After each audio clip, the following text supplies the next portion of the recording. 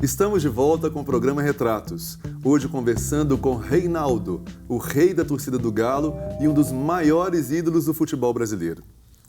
Reinaldo, como nós já falamos aqui no bloco anterior, você começou muito jovem no futebol e era um adolescente com 16 anos, né? E com as suas jogadas geniais que deixavam os adversários sem saber o que fazer, né, para te parar, muitas vezes a única alternativa que eles tinham eram as faltas. E muitas vezes as faltas violentas, né? Como é que era para você? Eles te caçavam em campo o tempo todo, né? E como é que era para você, um garoto, lidando com adultos, né, com homens que às vezes tinham 2 vezes o seu tamanho, como era o caso, por exemplo, do zagueiro do Cruzeiro na época, né, o Moraes, né? Como é que era para você essa história? Você ficava intimidado com isso? Porque cada partida era uma guerra, né? Como é que você lidava com essa questão? E conseguia superar isso e manter o seu futebol de alto nível? O futebol da minha época, antigamente, era um futebol que você precisava ter muita coragem. Eu sempre fui um jogador corajoso, apesar de muito jovem, sempre um centroavante corajoso. Uhum. E não tinha medo das butinadas, não. Ia para cima, ia dentro dos caras mesmo. E nessa época a regra do futebol não protegia jogador, não. Valia tudo. Eu peguei até a época que não tinha nem cartão amarelo ainda. Então já tinha aquela filosofia de jogo. Pode dar a porrada na primeira que não vai ser expulso. Então eu sofri muita dessas agressões. Agressões porque a regra do jogo não protegia, por causa da consciência, os jogadores também não tinham consciência nenhuma, não sabia que era colega de profissão, eles davam porrada mesmo, queriam ganhar o jogo. As condições de jogo eram muito ruins, o gramado era ruim, a chuteira era ruim, a bola era ruim. Só o jogador que era bom. Os jogadores que tinham de ter uma qualidade para driblar todas essas dificuldades, né? Então eu sofri muito dessas agressões dentro de campo e ficou por isso mesmo. Aliás, me trouxeram consequências, que eu fiz várias cirurgias. Pois é. E essa também foi uma outra agressão, essa intervenção cirúrgica é uma agressão violenta, traumática. Eu queria até falar disso. Essas frequentes faltas violentas que você sofria, e sendo tão jovem, com o corpo ainda em formação, você teve problemas sérios nos joelhos, né? E foi submetido a 10 cirurgias, não é isso? E teve que viver longos e dolorosos períodos de recuperação, com fisioterapia e tudo mais. Aí a minha pergunta é, convivendo tão constantemente com a dor e com a incerteza, houve momentos em que você pensou em desistir? E eu sei que você não desistiu. Então, que força interna te manteve vivo no futebol e querendo prosseguir, apesar de todos esses problemas? Pois é. Eu, com 16 anos, ainda adolescente, eu estava disputando campeonato brasileiro no meio de adultos, de homens formados, né? E um jogo o futebol é um jogo de força, de velocidade, tem muito contato físico, é um jogo bruto, né? É um jogo muito forte. E por causa disso eu sofri também essas lesões que me levaram para a cirurgia.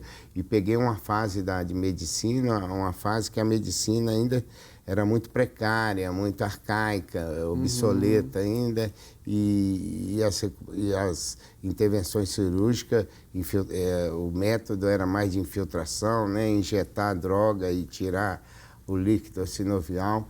Então, eu muito novo, eu já sofri todas essas agressões no corpo. Sim.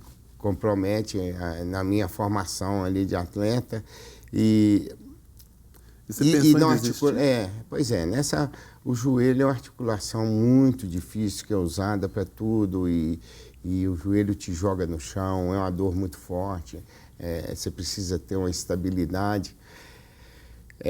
Realmente eu não desisti porque eu ainda tinha muita aquele elan da juventude e aquele sonho de ser jogador. Me agarrei, me dediquei muito para superar essas contusões todas. Tive as minhas limitações, as minhas deficiências físicas, mas com muito esforço eu consegui superar. E você, em 77, se tornou o maior goleador do Campeonato Brasileiro, né? E como você fazia muitos gols, você constantemente estava comemorando os seus gols. E você começou a comemorar com o punho esquerdo cerrado e elevado, não é isso?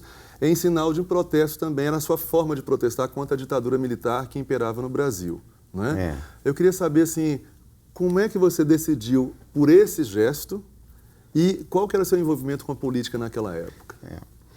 77 foi o meu melhor ano, foi o único ano que eu joguei o ano inteiro sem ter nenhuma contusão.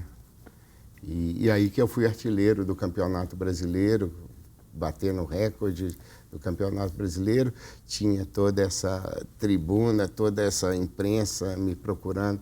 Tinha ali um momento difícil que o país vivia em 77, uma época de ditadura militar, tinha o AI-5, tinha toda a repressão militar.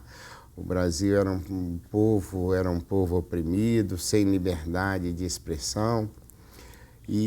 Mas a gente já percebia na sociedade alguns movimentos políticos, né? Algumas áreas já manifestavam, as áreas dos trabalhadores, áreas culturais, mesmo religiosas. Quer dizer, tinha focos em vários setores da sociedade. Sim. Que já fazia algum gesto, alguma manifestação para a gente acelerar o processo democrático, está uma época de distensão política. E eu, como jogador de futebol, sendo artilheiro, tendo toda essa imprensa ali, fui oportunista de deixar uma posição, porque diziam que jogador era alienado, que jogador era ópio do povo, era atrelado ao governo militar. E era mais ou menos para deixar esse posicionamento que o jogador, como qualquer outro trabalhador brasileiro, ele exerce a sua cidadania, ele fala das coisas que acontecem na sua rua, no seu país. E ali eu deixei um posicionamento desse gesto, que era um gesto político, né?